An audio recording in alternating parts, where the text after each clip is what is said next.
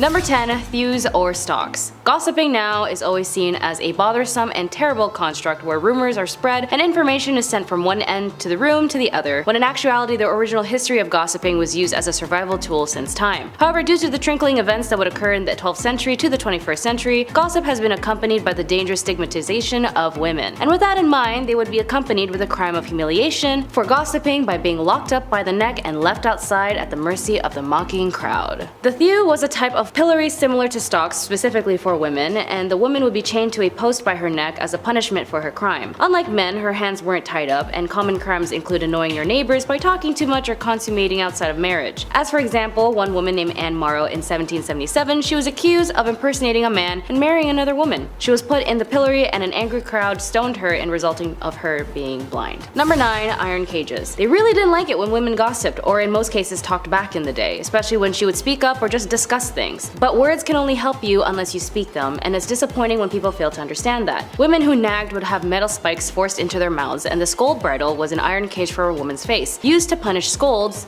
women who nagged, gossiped, talked back, or just talked too much. The bridle would be locked onto your head, and the protruding piece of metal covered in spikes would be forced inside your mouth, and every time you moved your tongue, the spikes would lacerate it. Sometimes the bridal woman would be chained to a hook by the fireplace in her home until she had learned her lesson, or she might be led through town wearing the mask to increase her humiliation. Number 8. Duck the scold. Unfortunately, another form of torment and punishment for women being tied to a chair at the end of a long, maneuverable wooden arm and dipped into frigid water. The punishment wasn't designed to be fatal, although sometimes it was, but rather a humiliating spectacle aimed at discouraging whatever behavior participated in it. There were various rituals for silencing women, as they have their roots in fear of women's speech and fear that women will attack other people in their community, that they gossip too much, that their voices were dangerous, and that they may, in extreme circumstances, also be witches. Though the women who ended up being on the ducking stool risked being accused of witchcraft, and the punishment, contrary to popular misconception, wasn't used to determine whether someone was a witch. A separate test, primarily known as the swimming witch, involved throwing a bound victim into a body of water to see if they'd float, a sure sign of guilt in the modern imagination. Subjects who sank were deemed innocent but could still wind up dead if they weren't rescued from the water in time. Few records about the women who were ducked survived. Much more information is available about the ducking stools themselves, their upkeep, about how they were kept into their construction. Number 7. Marking and tattooing. Although in some cultures tattooing isn't seen as a bad thing, but part of their heritage and even a source of pride. But in some cases, they would use it as a means of marking an individual for their shame. Nathaniel Hawthorne, The Scarlet Letter, famously marks its protagonist, Hester Prynne, with a red letter A for adultery for accusations about her behavior circulated. Hawthorne's book is more than fiction, as adulterers were really forced to mark their clothing to identify their crimes. Like Hester Prynne, A or the letters AD as outlined by a Plymouth colony law from 1658, adulterers seen publicly without their letters were subject to public whipping and even further humiliation and social alienation. But keep in mind, Hawthorne was the descendant of the Judge Hathorne, who persecuted the lives of women who were accused of being witches, and he had such a disdain for his relative that he had changed his last name to distance himself from the relation of Hathorne from Hawthorne with a W. Number 6. Walk of Shame. Like in Game of Thrones, a pretty well-known show, I don't know if you guys heard of it, I'm rewatching it again up to a certain specific season. But there was that scene where Cersei was condemned for her crimes and had that lady yell shame as she rung a bell while Cersei was left parading the streets stripped naked. This is actually based as a form of torment for women, and the Walk of Shame, also known as skimmington or rough music, was a traditional punishment for harlotry, or being an overbearing wife. Women were made to walk barefoot through the town or city, sometimes dressed only in their petticoat. The street was filthy and sharp with rough stones, jeering crowds lined up to stare, and minstrels banging basins and pans would accompany the procession, adding to the woman's humiliation. Sometimes the skimmingtons were delivered by the townsfolk rather than the courts, and the accused might be dragged from their bed at night and paraded through the town with the crowd shouting obscene words at her. Unless she was quiet, subdued woman who followed every little thing she was supposed to do, she would be looked down on. Number 5. Strangulation. Now for the more morbid section on this list, although stoning may seem like a common thing in this era as a form of capital punishment, whereas an individual is pelted with stones until death actually was not common associated with ancient Egyptian legal practices based on available historical and archaeological evidence. The primary method of execution in ancient Egypt was typically strangulation or impalement. Stoning as a form of capital punishment is more commonly associated with other ancient cultures in the region, such as ancient Mesopotamia or parts of the Levant. In these societies, stoning was indeed known as a form of capital punishment for various offenses, including adultery. Strangulation was one of the most common methods of execution in ancient Egypt. It was typically typically used for serious offenses and could be applied for both men and women. In cases where capital punishment was deemed necessary, strangulation was a method employed to carry out the sentence. Number 4. Lacerations. When it comes to corporal punishments, as I mentioned above, those who do commit adultery might deal with the consistency of beatings or lacerations. Texts speak of thrashing with a wooden stick give 10 to 20 to 50 to 100 or even 200 times. They also mention branding and mutilation of the nose and ears. Tomb reliefs often show beatings of people, but in most cases these are private coercions of subordinates, not an official penalty. Sometimes the culprits are bound to a pillory. These punishments were all carried out in public and therefore also meant a loss of honor and degradation of the culprits. The results of these measures can be seen on many skeletons, as they are also including cutting off limbs, noses, and other parts of the body as a form of punishment, specifically connected to adultery or if you were married, specifically a married woman. It is a crime deserving of death, as it is easier to commit any other sin after that. The husband had a legal right to punish or forgive his wife or leave the court if the husband accuses the wife with no proof. The punishment of a man was much lighter, and the woman of the crime of adultery, as the Egyptians believed, that offense falls primarily in the hands of the woman, while the women would be killed as the men would severe just 1,000 blows. Number 3. Burning alive. Referring back to the Code of Hammurabi, the code was enlisted under the morals and the laws in ancient Egypt and Babylon. When it came to intimate relationships with your close family, you'd be subjected to many listed punishments, as in dealing with seduction or physically harming someone intimately. The Hammurabi inflicts the penalty of burning if you were to have a physical intimacy with your mother, but since this was ancient Egypt, unless you were royal who needed to pull an Oedipus complex to maintain your rule and connection to the monarch position, it wasn't something looked down on but normalized. As this is a civilization that needed a monarch rule at all times to guide the nation, but it is good to note that it was a typical Western interpretation that this era was prone to burning alive people, when the irony was that the Europeans burning women, being witches or even more heresy, were more burned. Number 2. Head be gone. The ancient Egyptians set harsh punishments for those accused of treason or corruption. The death penalty was usually applied by impalement, thumping, or a 100-fold fine, and this applied to both men and women. The decree also referred to the death penalty for someone who steals an animal belonging to the temple and transfers it to another party, while confiscating the property of the thief in favor of the stolen temple. The ancient Egyptians distinguished between the stolen goods and bear the attribute of holiness and considered it a religious crime that requires execution, and those stolen goods that do not affect the sanctities, settling for the penalties of beating and the fine for the theft 100 times of the value of the stolen items. Number 1. Buried alive. Of course, all of these leads to death eventually, as the punishments were drastic, dangerous, violent, and vile. I mean, if you somehow survived the beheading, then what a miracle that would be. But death was only reserved for the extreme measures of punishment for women of these times. As I mentioned, there was very minimal, if not just the common punishment of corporal punishment. The scariest, in my opinion, would be buried alive. In some cases, individuals might be sentenced to be buried alive, although this was likely a very rare extreme form of punishment, most likely only reserved for the ones with extreme cases of crime. It's important to keep in mind that our knowledge of specific cases and punishment in ancient Egypt is limited, as much of what we know is derived from inscriptions, legal texts, and other historical records. Additionally, practices may have varied over time and in different regions of ancient Egypt. The legal systems and punishments evolved over the millennia, so there could be variations in practices depending on the specific period within ancient Egypt history. You're better off without them, apparently. Number 10 in the countdown. The Christian view of women in ancient Roman society came in and, like the religion itself, quashed the pagan beliefs preceding them. Pagan times in Rome weren't a merry old good time for women, don't get me wrong, but they had more rights and respect when there was a whole pantheon of women gods whose tempers were to be revered and feared by every Roman man. But then they convert and answer to one god who was depicted as a soul man, making it, pun intended, a man's world. In the 4th century AD, the Andrew Tate of ancient Rome, Saint Jerome, set the standard on how you should perceive and treat women around you.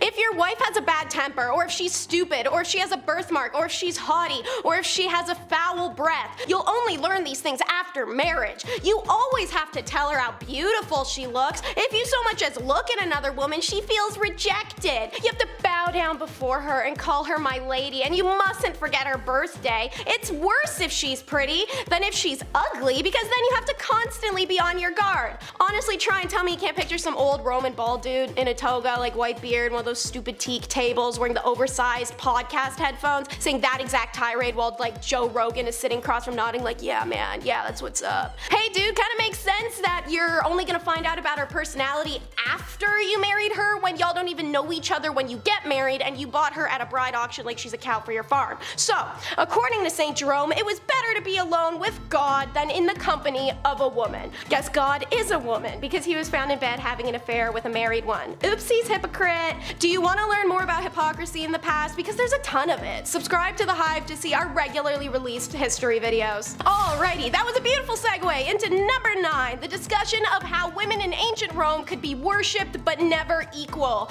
As stated, while Roman society may have been dominated by men, their original godly pantheon was anything but. They bowed to powerful women, begging for mercy or pleasure from their female goddesses. Part of the appeal of Christianity was bowing to a woman no longer. They finally became obsolete, powerless. But they were anything but powerless in the era of Roman paganism. Of the 3 supreme deities worshipped by ancient Romans, only one, Jupiter, the king of gods, was male. The other 2 were Juno, the chief goddess and protectress of the empire, and Minerva, Jupiter's daughter, the goddess of wisdom and war. The Vestal Virgins, aka Priestesses of Vesta, were ranked among the city's most important residents, having been appointed to this role before puberty, remaining chaste for the next 30 years of their lives. These 6 virginal women held sacred duties like preserving the hearth fire, and Vesta's temple, as it was believed if the fire died, so would Rome. That's a pretty serious job. They also had the most important duties in the kingdom, such as safeguarding the wills of the wealthiest and most prominent Romans, such as Julius Caesar himself, because women were more trustworthy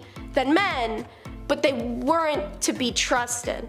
Okay, anyway, the priestesses' religious significance gave them unusual power and influence, and they occasionally used it, as when they intervened to save the young Caesar from the dictator Sulla. This worship of women and deifying them into earthly roles such as the Vestals had been the saving grace of women's rights in the horrifically male-centric Roman society. Unfortunately, as said, it was swept away in the name of man. Okay, a break from sad lady facts. For number 8, let's cover warrior women. Yeah, now that's more like it. So, from the northernmost tip of the border with Asia, plenty of ancient European armies were happy to welcome women into their ranks. But historians always agree upon one exception where the army and navy were almost 99.9% men. Can you guess who it is from the title of the video? Women may have been banned legally from joining the army, but your average Roman soldier would have seen their fair share of female combatants, as well as their own women on the home front.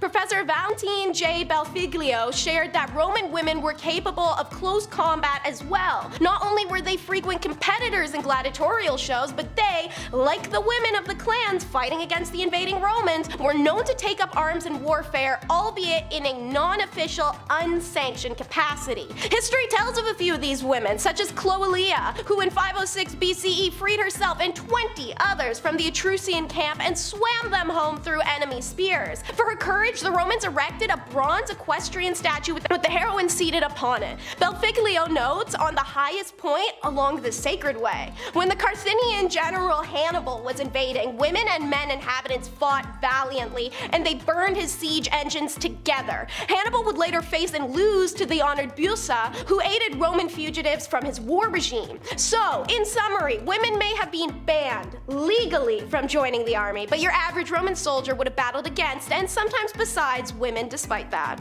The name game! It's number 7 in the countdown. Women, like a lazy boy chair, an ice maker, or owning a cat, were possessions in ancient Rome. And so, like the college roommate who complained if you moved their toaster 2 inches to the left, they put their name on it. Not in a label maker fashion, more so in a recycle fashion. From the moment of their birth, women were viewed under male authority. Therefore, the name of a baby girl would be close to her father's. For example, Claudius may have a daughter named Claudia. Augustus becomes Augusta. Constantine, Constantina. Okay, so maybe the rule was just whatever the last letter was, swap it to an A. Ironically, this is why a lot of women's names end with an sound. Talk about making historical waves, seeing as our society still inherently perceives names with that ending as sounding feminine. As the empire grew older, women in the ancient Rome were granted more freedom, often by sheer number of children they bore. 3 children could allow a woman to become independent. Independence meant no more naming your kids after their dad, which isn't fair anyways because I'm sorry, but who carried this kid for 12 months and then had to push it out? Thus, daughters started being named after goddesses, their mothers, their aunts, and plants. Anyways, number 6, once you were old enough for baby time, you were married off, and when that happened, you donned a stola. In my recent video, the top 10 messed up marriage traditions in ancient Rome, I explained the Roman marriage ceremony and also the garb worn. The flammeum was an egg yolk yellow veil worn by brides that they would lift from their face and hair in preparations for vows, to instead fall down on their shoulders and biceps. This placement of the veil signifies her donning the stola. The stola was a type of long overlay, sometimes Sometimes it was in the form of a dress itself, but oftentimes it was an additional soft and light drape of material. It was worn by married and respectable women and was also associated with modesty. For those who could afford it, a stola with decorations around its neckline was available. This trim could be patterns, embroidery, beads, and motifs. When initially introduced, the stola was a preserve for the upper-class patrician women in the early republic. But over time, the right and then the absolute expectation to wear it extended to the lower-class women. The pala, a rectangular shawl, was also worn over it as a cloak and draped over the left shoulder. Any women who were convicted of adultery or were working girls or actresses were forbidden to wear a stola in public. Number 5. Walk of Shame. Remember in Game of Thrones when Cersei Lannister was made to do like the Walk of Shame? Yeah, that is a real thing that happened to women in history. The Scold's Bridle was also sometimes made to be worn by women who were then paraded through the town and in said mask just to humiliate them further. And there's a few different things people would parade people in town with, but the mask is one of them. No, as if just being forced to wear that mask wasn't awful enough. I don't think you need to parade someone around or chain them to a fireplace. I think you can just like leave it at the mask, to be honest. Your point would be made. In fact, I don't even think you need the mask at all. Just don't try to make a point to begin with and then we're all good. How about instead we just let women exist and be heard? Just a thought from a woman who's living in 2023, ye old past. Talking to you, past, back there. Yikes. Number 4, hand clamps. Honestly, this sounds like one of the most horrific and worst things I've heard of. It might not sound bad to people, but I don't know. I just imagined what this would be like and I was like, that's horrifying. This method of torment was popular during the feudal period of China. It was used all the way up till the 19th century. What did it involve? Forcing women to put their hands into a tool that would then squeeze the tip of their finger. Doesn't sound that bad when you're thinking of it on like the surface level, and in terms of like the surface area of your finger. But this pain was actually so bad because of the pressure that it would cause many to just pass out. But once you passed out, they would just splash some cold water on you and force you to stay awake so you could experience every single second of pain awake. It wasn't reserved for just the hands or fingers either. There were also tools like this used to apply pressure to the feet and the head even of suspected offenders. Yeah, this method of course wasn't even safe for people who were convicted of adultery, which honestly I don't even think you should torment people physically like this anyways, or mentally. Even if they're guilty of it, like, let's just be adults and move on. It was used on both guilty and innocent folks. I am sure, I'm 100% positive. All you had to do was be suspected of adultery for this brutal form of punishment to be administered. So you don't even need any, I mean, back then I don't even think people had proof. They were just like, I have a feeling, so do something terrible to this woman. Number 3, ducking stool. Despite being more well known for its use during witch trials, the ducking stool was also something that was used to torment women in the 19th century as well. In fact, documentation of its use exists from as late as 1896. That seems pretty late to me. That's wild. Although I obviously wasn't alive at that time and it was over 100 years ago now, it does not feel that long ago relative to our history and time spent on this earth. Oh boy. A ducking stool was basically a chair, a variation of another stool type used to humiliate people. However, in the case of the ducking stool, you were more than humiliated, you could actually die. Women would be tied to the ducking stool, basically a chair, and then lowered into the water. During the witch trials, this was one of the methods used to discern witches from innocent women. The problem being that witches would apparently survive the process thanks to their wily powers, whereas women would be proclaimed innocent if they could not float, swim, or survive this process, meaning that many that were then deemed innocent wouldn't survive the ducking process. So it seems like a flawed way to test that, you know what I mean? Like if someone's innocent, I feel like they shouldn't end up dead, but I don't know. Only the witches get to live, and even then they don't get to live. No one gets to live. Are you a woman? No life for you. Sorry. You just gotta move on. That's history for you. Number 2, foot binding. While not a punishment for any misdeed, foot binding was a cultural practice that has often been tied to sexist ideals for women that were created not necessarily by them, but by like society at large. The idea with foot binding was to break the bones of young girls' feet so that their feet could be shaped into a small and dainty size. From a young age, their feet were broken, bound, and conditioned so that they would be and remain small into adulthood. While no longer something practiced today, foot binding is an ancient practice that is believed to have originated somewhere around the 10th century. The decline began though around the mid-19th century. That's 9 centuries of foot binding, after questions were raised about the practice in the 18th century. century. Number 1. Nose cutting. Probably one of the most brutal punishments out there for suspected adultery or promiscuity is the method of nose and ear cutting. This is when women have their noses and or their ears removed. This is done to disfigure the woman and take away the power of her beauty as punishment for whatever misdeed she's accused of. In many cases, women have been punished in this way without even actually being proven to have done anything that is even deemed wrong by whatever moral code you're subscribing to, by whatever whack moral code you are subscribing to. Some women have even been punished this way simply for defending or protecting themselves or others. Typically, nose cutting is reserved as a punishment for women. It happened not just in the 19th century, but before and even after that as well. Rule number 10 is going to be follow the moral encyclopedia. For ornery young men and women desperately desiring physical and emotional intimacy, yet having to navigate a dating culture that required them to act a certain way, well, it meant self-help books were all the rage. And women in particular drowned in them, thanks to the fact that these books were often written by hypocritical men and had been used since before medieval time to dictate and instruct women on how to become the perfect submissive little doll. Some examples are Henry Butter's ominous titled Maiden, Prepare to Become a Happy Wife and Mother from 1868, and Hayden Brown's Advice to Single Women from 1899. Perhaps most famously though, on advising the morals of young women was the Moral Encyclopedia by Charles Varl, which had been making young women hate themselves since 1861. It was a bestseller of its day thanks to the marketing that only decent and morally driven women would own it. To prove themselves as that woman, Victorian gals flocked to the bookstores to absorb some menial patriarchal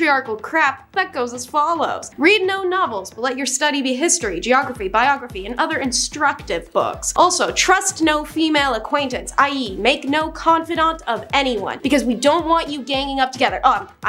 Possibly breaking your feeble tongues, having a conversation. Oh, and if you get a pimple, expect nobody to ever love you again. To quote, remember that whereas the character of a young lady is considered angelic, and blemish in it would withdraw the respect men have for you. Rule number 9 is to follow a handbook of etiquette for ladies. Following on a similar sales tactic of gaslighting, only perfect and honorable women know all the rules of etiquette. Oh, you don't? Oh, well, that's such a shame. Now you lose all your honor. You know, though, I can help you out. It's pretty convenient that right here behind me, I have this book I wrote and it has all the rules. I mean, I can give it to you so you can restore your honor if you give me like $30, I don't know. So, what's in this immensely popular bestseller from the 1860s that bullies women? Well, I'm so glad you asked. First up, keep that bling to a minimum, mamas, as you should never wear mosaic gold or paste diamonds. They are representative of a mean ambition to appear what you are not, and most likely what you ought not to wish to be. You got a problem with that? Well, sucks. Pipe down, because it's better to say too little than too much in company. Let your conversation be consistent with your gender and age. Don't forget to never talk about yourself either, as such discussions cannot be interesting to others, and the probability is that the most patient listener is laying the foundation for some tale to make you appear ridiculous. If you do open your mouth and your choice is to be a dirty joke, girl, BFF, because a double entendre is detestable in a woman, especially when perpetrated in the presence of men. No man of taste can respect any woman who's guilty of it. Oh, my personal favorite. Did you break something while a guest in someone else's house? Nah. As a lady, you can't do that. It's not possible. Pretend like nothing ever happened. Don't own up to it and gaslight your host. If at another's house, should you break anything, do not appear to notice it. Your hostess, if a lady, would take no notice of the calamity, nor say, as is sometimes done by ill-bred persons, oh, it is of no consequence. Rule number 8 is having a dress for all occasions. Should you not? Well, that's not proper etiquette. As a middle or upper middle class Victorian woman, your job was to spend your day like a Bratz doll, changing every few hours. This is because of the strict etiquette of the time, which dictated that certain dresses were for certain activities, which meant you had to plan your errands around your outfit changes that made it possible for you to run your errands. Isn't that fun? Women would start with the morning time dress, which was relatively comfortable by Victorian standards. However, for us, it would still feel like wearing an iron reinforced tube sock on our entire body. It was simpler in appearance and designed for only the home. Want to take a stroll in the park? Out of the morning dress and into the walking dress. The skirts are shorter by several inches and didn't have a train, so they weren't dragging a leaf pile behind them as they went. The materials were usually rich in color and pattern to be admired amongst the greenery. When women returned home from their daily walk, they would change occasion in dress number 3, or the afternoon dress for receiving visitors or visiting others. The skirts had a longer train and the neckline was usually a little lower. After some visiting time, dress number 4 gets whipped out for dinner, and it was the most formal of all casual dresses. Usually silks, satins, velvets, exactly the type of precious material you want to spill food on. Ball gowns weren't for regular wear, but they were required for fancy occasions, so you had to own them too. Rule number 7 is to mourn properly. Another dress all women owned was an all-black mourning dress. They kept these bad boys on lock for whenever someone died, which was arguably something to look forward to in the Victorian era. Thanks to Victoria being the most extraordinary and dramatic woman of all time when her husband Prince Albert died in 1861, and she spent a bajillion years dressing like a vampire and wearing black mantillas, it set this bizarre fashion and mourning standard that metamorphosized into literal rules. If one was to ignore these rules, it was seen as incredibly offensive to the deceased. Self-help books dedicated to making men and women better at exerting dramatic woe were pretty common to see on bookstore shelves. So, a mourning rule for women was should her husband die, the widow was expected to mourn for no less than 2 years, while mourning for parents and offspring only lasted a year. Relatives such as grandparents and siblings would only get 6 months. They dole it out like family inheritance is a little weird. Queen Victoria had favored black crepe, and it became one of the only fabrics that was permissible for mourning clothing. Luxurious silks and satins weren't permissible, only itchy and abrasive materials that chafed the sadness right into you. Women would often wear merino or cashmere instead. No jewelry or ornamentation was permitted unless it served a functional purpose like a button or a clasp, or unless it was a bunch of the deceased's hair and teeth braided in a pattern together in the jewelry. Don't forget your big black hat and grandma's doily tablecloth you dyed black to throw over your face and body. Enjoy looking like a corpse for 2 years. Rule number 6 is to glove up. We love to joke about the whole, oh no, if you show your ankle, you're a Victorian W word. But weirdly, hands were actually way more of an issue. The ankle thing was just because men were still trying to look up women's skirts, even when they were so long the ends of them entered a room 15 minutes after the wearer did. Fingers were actually the gasp-worthy thing of the day. It was considered highly inappropriate to walk in public spaces with uncovered hands, and would draw a lot of ill repute to those daring damsels who did. In fact, women's hands were so scandalous, both written and unwritten rules of Victorian etiquette unanimously agreed that if a man and a woman happened to be walking on an unevenly surfaced road, it was the one and only time that he could take her hand if they were unwed. Funny that the only permissible contact between the couple, the yet to be engaged, is to prevent her needing to be picked up from a Victorian pile of mud sludge. It does not matter where you are headed outside of your home, you must wear gloves, which weren't just a popular fashion accessory, but as stated, social necessity. Like every other item a woman could wear in this era, there were many kinds of gloves based on the occasion. For example, daytime was for short gloves, which usually bore designs, embellishments, whereas in the evening, gloves had feathers, satin ribbons, and other super flammable decorations. Number 5 are the wet nurses. Wet nurses are found in all statuses and were for all statuses. One common denominator though is that the career kind of really sucked, pun intended. So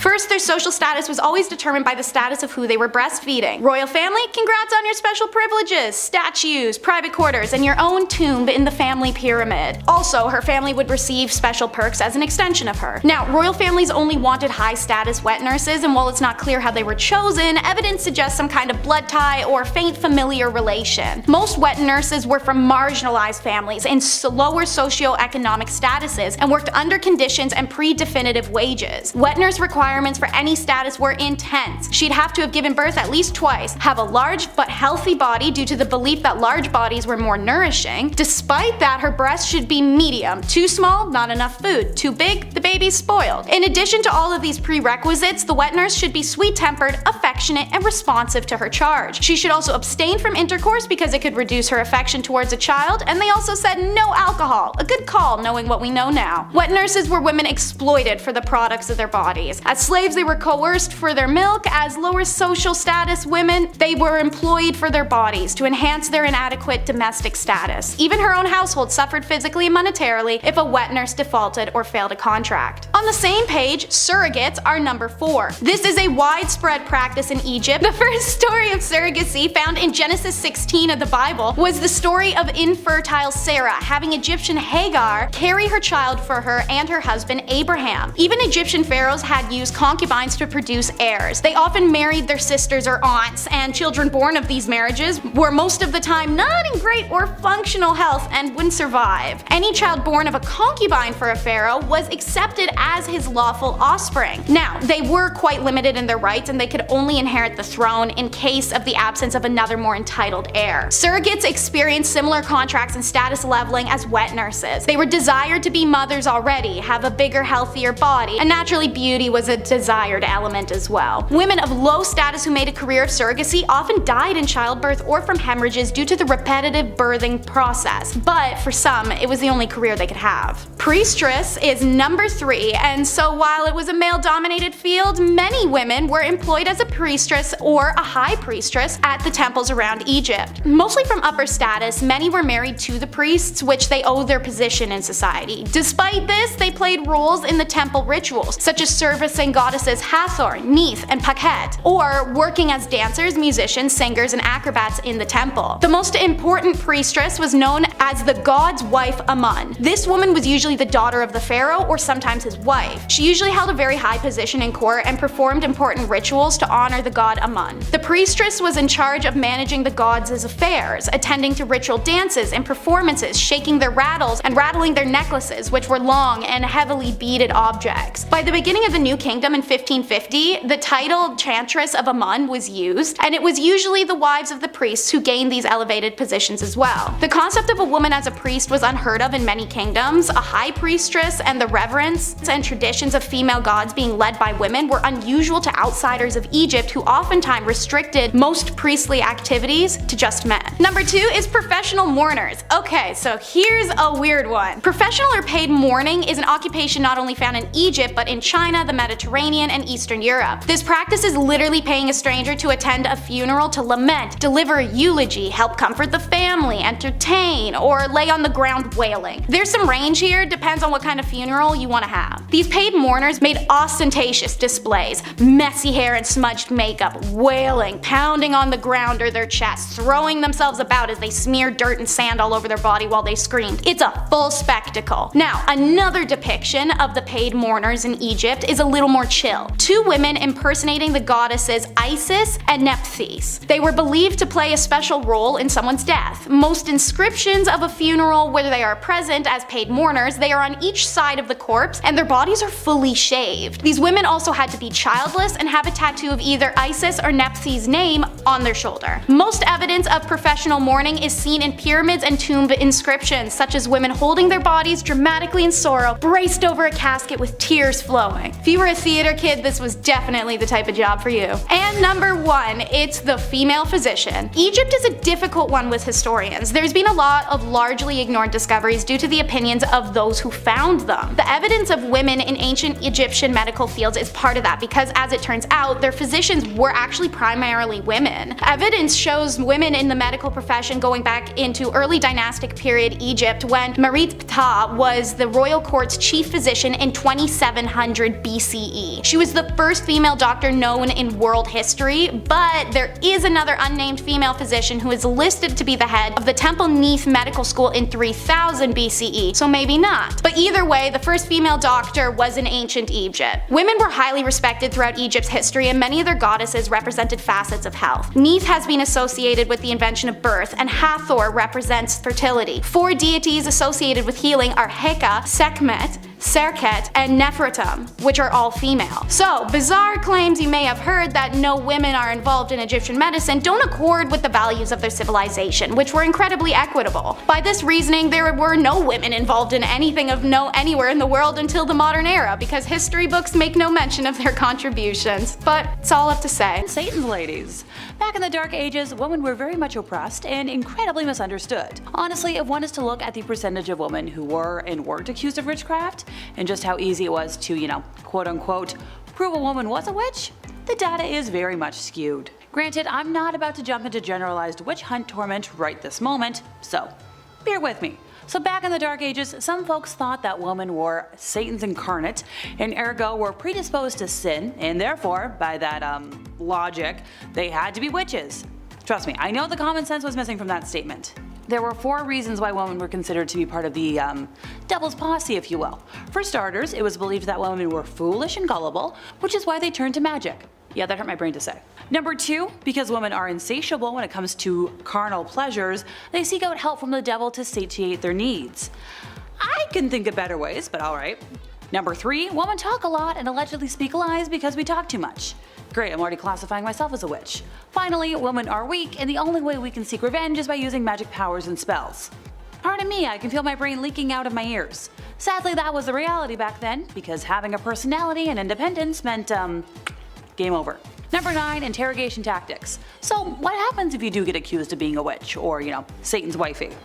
Time to go through the witch trials, which is a polite way of saying sentenced to torment until you either confessed or someone found proof by ways of a certain marking on your body. Let's talk about one of the most agonizing methods of torment, shall we? If you're, femme presenting and get arrested for something serious and the townspeople want information out of you, they drag you into a dungeon, strip you until you're in the nude, tie a rope around each one of your ankles and hoist you up so that you're upside down with your legs spread apart, and once again in your birthday suit, so probably shivering in the cold. Now here comes the most horrifying part of the whole thing. You know those saws that folks use to cut down trees? Specifically the really big ones that tend to take 2 folks to use? So one of those would be used to slice you in half from the rear to the head. Easily one of the most painful ways that you could go in my opinion. The wild thing about the saw is that it wasn't originally made for trees and then used on people. It's actually the other way around. Pardon me, I'll be shuddering for the rest of today. Number 8, that time of the month. Ant Flow, the Red Sea, Shark Week. Heck, the event has so many monikers, but those who experience it can agree that it's a pretty miserable period of time. Back in the day, folks didn't have the same kinds of resources that we have in today's age, so a lot of people really had to get creative. They would use rags or other linens to fashion, a pad, but underwear wasn't all that popular yet, so they had to find a way to keep things in, place. Some folks would fashion a makeshift medieval tampon of sorts where they would wrap cotton fabric around a twig, which sounds super uncomfortable if you ask me. Other folks would seek out bog moss because it was remarkably absorbent, and funny enough the name BLOOD moss became synonymous with it because of its use of treating wounds and in period products. If you didn't have access to those things, some folks would simply resort to wearing red the whole time so everything just sort of blended in. I love the lazy approach. Makes sense to me. Number 7, a ban on stripes. Might as well touch a little more on some dark age fashion rules. We've all met somebody in our lives who's way too concerned with what other people are wearing, but back in the dark ages, you actually risk the possibility of coming across some very real fashion police who are actually able to issue a fine should your fashion choices not be of the local dress code. I'm in trouble. Sometimes it wasn't even just a fine. Some serious fashion faux pas could actually lead to your imprisonment or even your death. Stripes were definitely a main culprit in these times, since striped clothing was seen as a garment of the devil. Okay, I'm good. If you need evidence, because I know that sounds wild. Specifically in 1310 in a French town, there was a local cobbler who was put to death because he'd been caught in striped clothing. Not only were members of the clergy not exempt from this rule, since they were pretty highly ranked at the time, but now there were animals. Poor zebras. They were referred to as the beasts of the devil. I'm so glad that's something that's faded with time. Number 6, quickie wedding. I'm sure we all know at least one couple that got married way too quickly in our opinion, but thankfully in today's modern age, it's relatively painless to end that, if things go bad. Heck, drive-through wedding chapels are a thing nowadays and have been for quite some time. Well, so marriage in the dark ages was quick and easy, but also kind of difficult to prove. If you and your loved one really wanted to get married, all you had to do was say, "We're married," and then, it's legal. Of course, this led to a whole pile of spur-of-the-moment type marriages, especially considering how schmex before marriage was widely condemned at the time. While I'm sure many people who are divorced would have preferred if their marriages were this easy, this led to people, of course, taking advantage of this difficult-to-prove thing. Women, in particular, were at risk of getting hitched to a man who might want to take you as his wife for the night, but then the following day, after getting what he wants, he'd deny ever agreeing to the union y'all had. This is why many women tried to get at least one witness to the union, just in case. Nowadays, I believe at least 2 witnesses are needed for the marriage certificate, but feel free to correct me if I'm wrong. Number 5, saws for the newlyweds in Germany. People can receive a ton of weird wedding gifts, but in Germany, it is a guarantee that the bride and the groom will receive a beautiful new saw. Yeah, a power tool might not seem like the most beautiful thing to receive on your wedding day, but this tool actually has a very important meaning when it comes to German weddings. It is actually tradition for the bride and groom to saw a massive log together following their wedding ceremony. And since it is a 2-person saw and the couple needs to act together to cut the log in half, the challenge is meant to symbolize the strength of the new couple working together and prepare them for the challenges they will face in life. It's also key that the couple is still wearing their wedding attire during the log cutting, which means that those fancy tuxedos and dresses will be covered in wood chips after the ceremony is complete. Now thankfully the log cutting is pretty popular in Germany, so you shouldn't have any problems explaining the wood chips once it's time to return the rental attire. Number 4. Stealing the groom's shoes in India. So in Korea, the groom has his shoes removed for a ceremonial foot beating, but in India, the groom's shoes are likely to be stolen altogether. While some people might think a burglar had broken into the wedding with a desire to steal the shoes, it turns out the real culprits are actually the bride's female friends. It's not really known how this bizarre prank started in the first place, but this is a fairly common and humorous tradition that occurs at Indian weddings. If the groom does not keep a watchful eye on his shoes before the ceremony takes place, there's a good chance they will go missing. The friends will hide the shoes from the groom, who has two options for getting them back. He can either go hunting for them himself and hope he finds them before the ceremony begins, or he can bribe the girls to tell him where they hid the shoes. Considering how embarrassing it would be to show up to your own wedding with no shoes on, your safest bet would probably be to just pay the girls immediately and find out where they hid the shoes. Number 3. The gift of teeth in Fiji. If that one sounds weird to you, that's because it is. Thankfully, it's not human teeth that are being gifted at weddings in Fiji, but it is actually a sperm whale tooth. Before a groom can even think about advancing to the wedding ceremony in this country, he must first ask permission from the father of the bride-to-be. However, just asking for the father's blessing is not enough, and a grand gesture must also be made for the groom to earn the respect of his potential father-in-law. A traditional proposal on the island of Fiji involves the groom and his family presenting the bride's father with a giant tooth from a sperm whale, as this is considered a sacred item in the nation.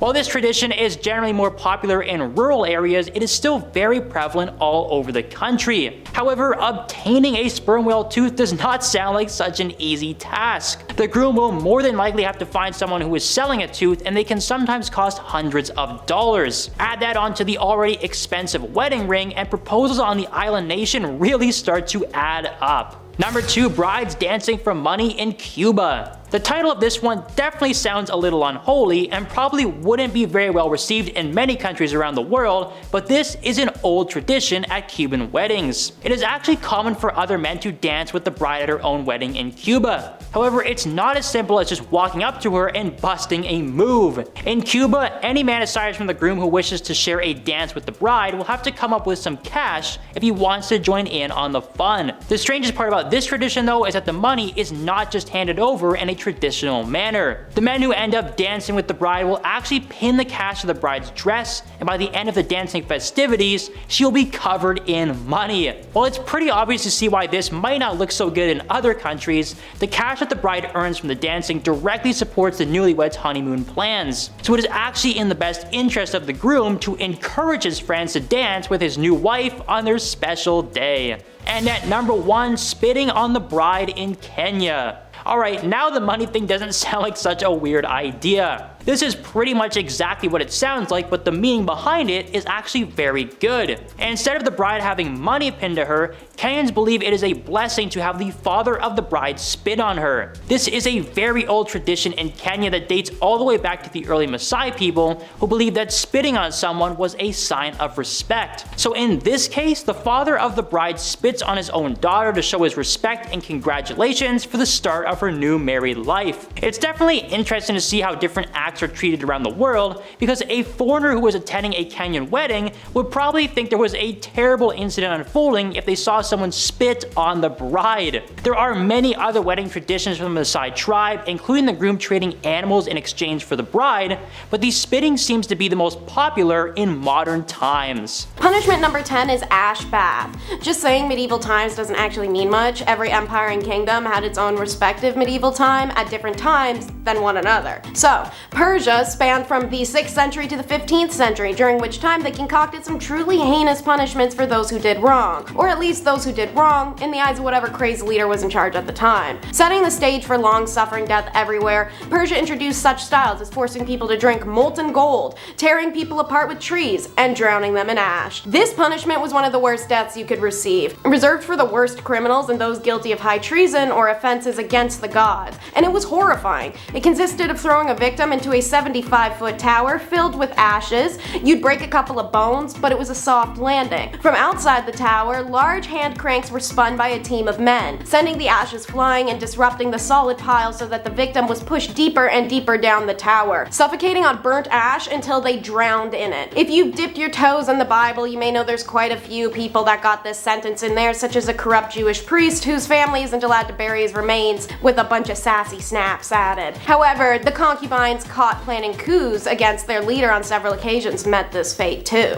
Punishment number 9 is the evil field. So medieval Rome is characterized by the break with Constantinople and the formation of the Papal State, technically ongoing until its collapse, which marks the beginning of Europe's medieval period. On the topic of being buried while still breathing, the Romans also enjoyed dumping people into holes alive in their medieval times. One famous example is the Vestal Virgins, the priestesses of the hearth goddess Vesta, who were sworn to chastity. However, should they break that chastity vow, they had a special acre of grass dedicated just to burying them alive. Like most deaths, Romans like to make a big show of it, and the Vestal breaking her virginity vow would naturally be the Sunday matinee. They had an entire little ritual. She'd be carried on a litter throughout the city in the nude until they reached the Campus Seculatus, aka the evil field. There, an underground chamber awaited in which she'd be lowered into and sealed inside alive. There was only one ever known instance in Roman history where a Vestal Virgin wasn't slain for breaking her vows. That would be Julia Aquilia Severa, the wife, then ex-wife, then wife again, of Emperor Elagabalus. It's believed that Julia remained with him until they were killed in the year 222, but who's to say they put Julia in the ground after. Punishment number 8 is the finger cinch. China's medieval period was between the fall of the Han Dynasty in 220 CE and the fall of the Mongol Dynasty in 1368 CE. Famous in the Chinese feudal dynasty, this form of punishment was specifically made for the woman who did not obey her master's command. Master can be taken literally, should it be a concubine or a servant, but also figuratively like her parents or husband. The offenders have to put their fingers inside a specialized tool which look like interlocking combs. The device would then squeeze the fingertips, causing immense pain and loss of circulation. If the victim faints, ice water would be thrown on her as a wake-up call. The punishment would continue until the victim was deprived of all their strength. The device was prepared in every shape and size to crush the fingers of any female, so she may ultimately surrender to male prejudice. Punishment number 7 is the four witnesses. The Ottoman Empire was born very shortly, around 100 years at most, before the European medieval period started. As stated, it began when Rome broke from Constantinople, and thus it finished alongside the other European nations in the 16th century. How they punish adultery is akin to many cultures. Man cheats, no punishment. Woman cheats, world must be ending. The Ottoman criminal code did not distinguish between fornication and adultery. Zina was the word used for both, and both were unacceptable from a woman of any kind. And when caught in an alleged act of zina, in order to ensure the women were not wrongfully accused, the accusers required to produce 4 witnesses of good standing that actually observed the act of intercourse as it was happening. Imagine that. You walk in on your wife in bed with your best friend. So you have to run yelling into the streets for 4 people to come right now and see them while they're still hurriedly dressing, so you have some chance of getting her punished. However, even if you do manage to pull off 4 witnesses, if the witnesses can't be found at the time of the woman's trial, then the accusing husband will be flogged 80 stripes and ignored. So what I'm hearing is, as a cheating wife,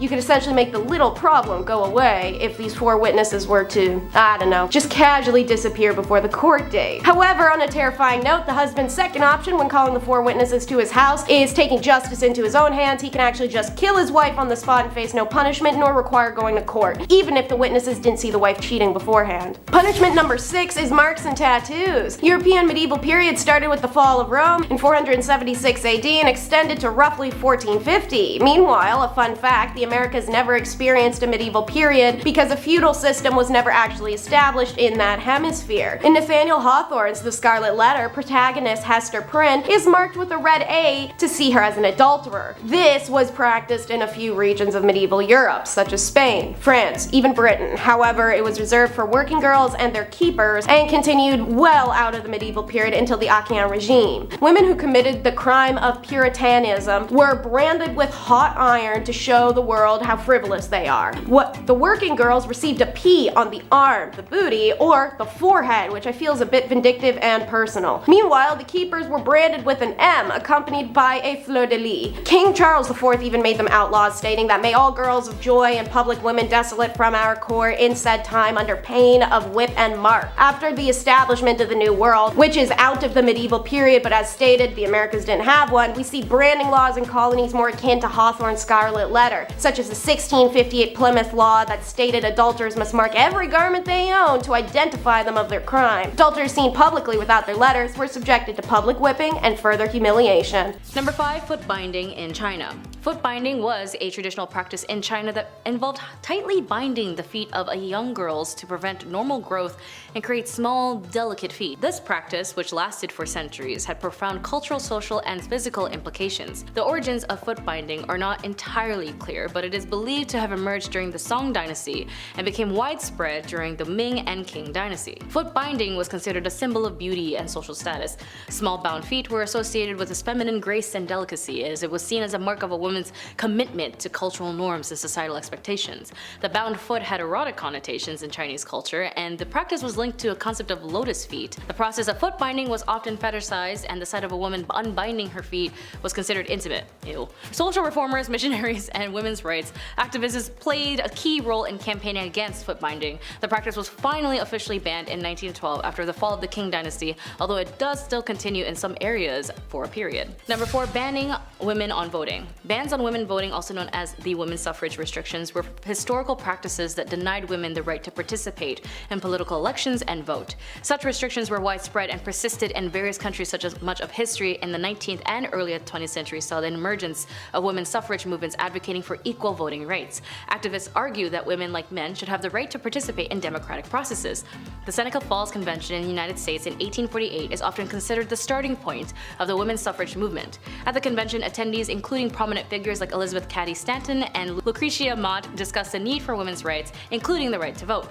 The aftermath of World War I saw changes in the suffrage laws in various countries. In 1918, the United Kingdom passed the Representations of People's Act granting voting rights to certain women, and the US ratification of the 19th Amendment in 1920, enfranchising American women. Over time, women's suffrage became a global movement, and many countries progressively extended voting rights to women. The mid-20th century saw a shift towards universal suffrage, where voting rights were not restricted based on gender. Number 3. Limitation on jury services. Limitation on jury services historically for women were common in many jurisdictions, reflecting prevailing gender norms and societal expectations about women's roles. Such limitations often took the form of legal restrictions or cultural bases that excluded or restricted women's participation in jury duty. In some common law traditions, which include legal systems in countries like the United Kingdom and the United States, women were historically excluded or had limited participations in jury services. This exclusion was based on traditional views of women's roles as caregivers, and they perceived the lack of qualifications for legal decision-making or critical thinking. Women's rights advocates and suffragists challenged these exclusions, arguing that women were fully capable of serving as impartial jurors. In the 20th century, legal reforms aimed at dismantling gender-based barriers began to take effect. Legal challenges based on the principle of equal protection under the laws played a role in striking down gender-based exclusions. Courts began to recognize that excluding women from jury service solely based on their gender violated principles of equality and fairness. Despite legal reforms, challenges relating to gender-based biases in jury selections and other systematic issues persist. Efforts continue to address barriers to equal representation on jurors and to ensure diversity and fairness in the judicial system. Number 2. Modesty laws. Modesty laws, referred to as the regulations or dress codes that prescribed a certain standard of modesty in public attire. These laws are often influenced by cultural, religious, or societal norms that seek to regulate clothing choices in alliance with a perceived standard of decency. If you ever heard or seen in regards to dress codes, they are also in an alliance in some sort of modesty forums made in certain spaces. Various societies have implemented dress codes or modesty laws that dictate acceptable clothing in public spaces. These codes may specify the length of skirts and the coverage of shoulders or wearing the head's covering. In some parts of Southeast Asia, if your hair is too long, your teachers actually somehow have the right to cut your hair short. In the US, if you do show your shoulders as a young girl, you could be asking for it. It's truly insane the limitations of these so-called dress codes of control of how one's dressed, no matter the context, is still apparent. Even in women's choices to wear the hijab, and laws in France as well in Quebec have limited or fully banned religious wear like the niqab or burqa when it comes to a woman who actually wants to wear it. Regardless what a person chooses to wear, just mind your damn business. And finally, number 1. Restrictions on education. Throughout history, women have faced various restrictions on education with limited access to formal learning opportunities. These restrictions were often rooted in societal norms, traditional gender roles, and discriminatory beliefs about women's intellectual capabilities. These restrictions were often rooted in societal norms, traditional gender roles, and discriminatory beliefs about women's intellectual capabilities. Women were frequently excluded from institutions of higher learning. Universities and colleges were historically male-dominated, and women faced significant barriers to enrollment. When they were admitted, their choices of study were often limited to certain suitable fields. For example, Ruth Bader Ginsburg had mentioned during her studies at Harvard it was a very rare few amount of women were allowed into these highly academic spaces, only to be challenged why were they there when a man should have been there instead. Restrictions on women's educations were not limited to any specific region or culture. Different societies impose on varying degrees of restrictions, and progress towards gender-inclusive education has occurred at different rates around the world. While progress has been made, challenges to women's education persist in some regions. Factors such as poverty, cultural norms, and gender-based violence can be impeded access to education for girls and women. As an example, Malala Yousafzai is one of who's personally experienced violence for advocating for education for women. But thankfully with her survival and recovery, her activism still persists in encouraging and inspiring women everywhere to strive for education. Number 10. Marriage. More good women have lost a marriage into war, famine, disease, and disaster. I know some might think initially that this isn't a punishment, but in the cases of the Victorian women, the societal status of being a woman was only seen based off of the ideologies that needed to be pure and clean. Your bodies were seen as temples, and it shouldn't be decorated with jewelry, nor should it be used for physical activities or your own personal pleasures. You couldn't oppose men, and you being wealthy or a spinster was the only exception. Single women were looked down on with shame and pitied, and as your main purpose as a woman was to marry and reproduce. Even young girls at the age of 8 to 12 would stop working as if there was no child labor laws or protection laws for children, and as soon as these women or young girls were able to menstruate, they would be negotiated into marriage and no longer be able to sustain themselves financially or just be a kid. And being a poor married woman wasn't an option, as you had no individual rights under law. Married women were only seen as one with their husband, and the husband would be the manager and entitled to all of your properties, as it was seen more as a business, and you were being micromanaged constantly until death do you part. Number 9. No rights. As I mentioned with marriage, women didn't have any rights, as they were seen primarily as second-class citizens, and if you were a woman of color, my goodness, you were definitely seen less than human. Women who had to be married ended up losing everything they owned, inherited, or earned, and it would belong to their husband. Once a woman married, control of any property she owned, as well as any income she received from it, passed to her husband. Although he could not dispose of it without her consent, her property, her personal property such as money, or earnings or investments, and personal belongings such as jewelry, passed absolutely into his control. She could not part with them without his consent, and if you were in a loveless marriage or a harmful one, you couldn't divorce your husband. Divorce wasn't even a concept for women to execute without losing their own amenities, even in the court of law until the 1970s, almost 100 years or so later, after the spark of the women's suffrage movement in the mid-late 1800s. So men had the right to divorce his wife under the grounds of adultery, but women had to prove her husband was unfaithful, combined with other allegations including cruelty, bigamy, incest, and so on. Luckily, in the 1857 Act, divorce did become a bit easier little by little, but again only under the impression that the woman had legal grounds and proof her husband was unfaithful, with evidentiary support to back up her claims. And even then, she could finally earn some of her possessions. As for the husbands, if he wanted to divorce his wife, he didn't have to do anything, he could just say it and it would be fine. Number 8. No education. To me, education is extremely important, as it was something I learned growing up in my family, that education liberates you to understand yourself, those around you, and the world better. And for women in this era, they were received less education than men. They were banned from universities and could only obtain low-income paying jobs, as she was not allowed to follow a profession, as they were all closed to women. And the irony of them having Queen Victoria as the reigning accolade of this era, a woman and women of these times couldn't get an education to liberate herself or her children from defamation if the husband no longer sees her as a useful asset. So for women, especially those who could afford it, was raised in a privileged household with financial backings and exceptional family background, her education was only seen as accomplishments. Like, oh darling, she's a very accomplished woman, is something you might hear in these type of movies that depict the era, which only indicates that she had artistic talents like singing, dancing, and knowing foreign languages, and anything to help earn them a husband and be a benefit in the house. Even doctors at this time believed that if a woman studied too much education, she would stunt her ability to reproduce. Wild as hell.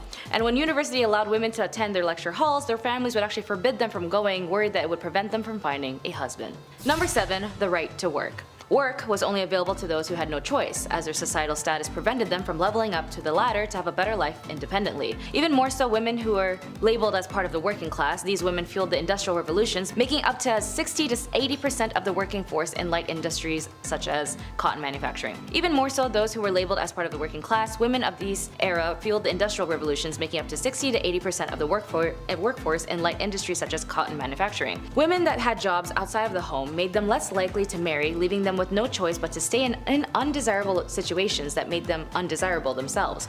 In one study by the Buffalo State had noticed classing women and children together as helpless creatures needing the protection of strong men. They were indignant at the knowledge that women had to support themselves, that they had suffered degrading wrongs as working women. So for some, they'd have to result themselves into committing adult work, or even for some unfortunate circumstances, be sold into adult work, as they had often had heavy debts from predecessors or even used as bargaining chips for their partners.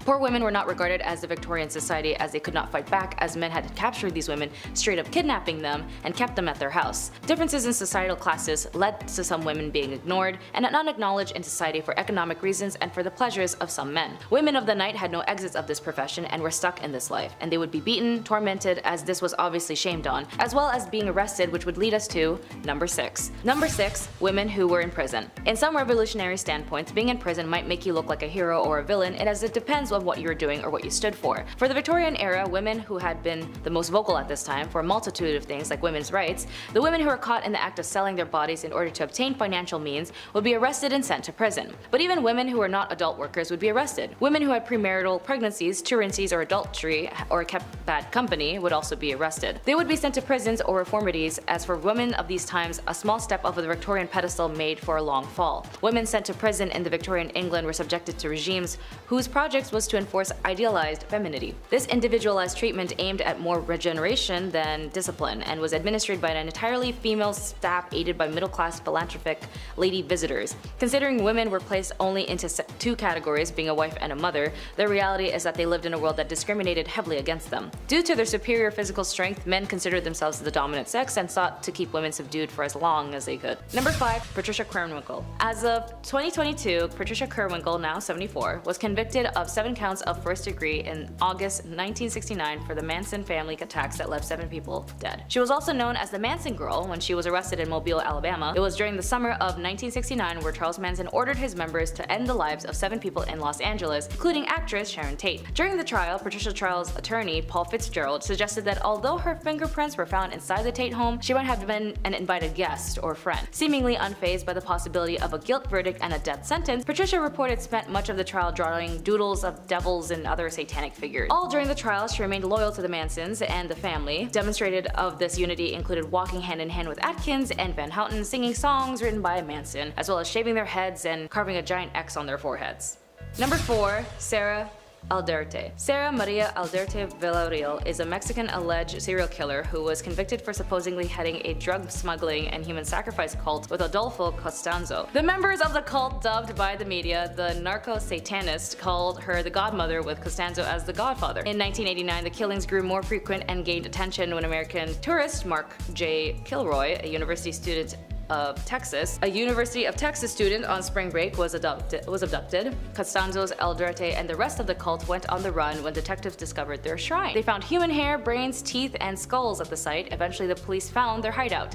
Aldrete was convicted of criminal association in 1990 and jailed for 6 years. In the second trial, she was convicted of several of the killings of the cult's headquarters and sentenced to 30 years and in prison. If Aldrete is ever released from prison, American authorities plan to prosecute her for the murder of Mark. If Aldrete is ever released from prison, American authorities plan to prosecute her for the death of Mark. Number 3, Leonarda Cianciulli. Known as the Soapmaker of Correggio, Leonarda Cianciulli was a serial killer from Italy. Cianciulli was devastated after learning that her son was going off to prepare for the war in World War II. To keep him safe, Cianciulli offered human sacrifices. She killed 3 of her neighbors with an axe and made tea cakes out of their remains. Not only would Cianciulli eat these cakes, but she would also serve them to guests, and Cianciulli's third victim, Virginia, who was made into both teas and cakes and bars of soap. Once again, this soap was gifted to friends and neighbors, and Cianciulli was eventually sentenced to 30 years in prison. Sorta sounds like the femme version of Sweeney Todd, but a Bath and Body Works edition. Number 2, Enrica Marta. Often referred to as a vampire owing to the nature of her crime, it is generally believed that Marta kidnapped kids off the streets of Barcelona and put them in her work brothel. It's also believed that Marta killed minors and used their blood and remains in various elixirs. She then sold these elixirs to the rich, claiming that they treated dangerous ailments like tuberculosis. 12 victims have been linked to her, although it's suspected that she killed many more. Although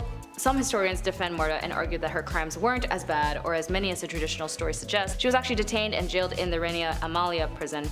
Further investigation revealed more housing in Sant Feliu de Llobregat, property of Marta's family. Here they found remains of children in vases and jars, as well as books of remedies, including a list of rich clients who the police apparently tried to hide from being leaked, including rich politicians, doctors and businessmen, and bankers. Kinda similar to a case we had in our modern times with a guy whose name rhymes with Lefri Nipson. Although she was arrested, she was never tried since she died in the hands of her prison mates, and companions ended up lynching her. Apparently, some say her wealthy clients hired the prisoners to shut her up. It's very interesting how history repeats itself sometimes, as this was in 1913. Proving to be one of Victorian era's most infamous criminals, Amelia Dare could be one of the most prolific serial killers in human history. Back in Victorian England, she was paid for adopting babies in a practice known as baby farming. Amelia Dare turned this into her profession and adopted numerous children. She began by keeping them for a time until they passed of a natural cause, but ultimately turned into disposing them shortly after adopting them, thereby keeping the money without having to raise them. One of Dare's victims was actually found floating in the river Thames on March 30th, 1896, leading to her arrest and eventual execution. While 6 victims have been confirmed, it's believed that Dare may have killed up to 400 children throughout her life. In one of the most sensational trials of the Victorian period, she was found guilty and later hanged.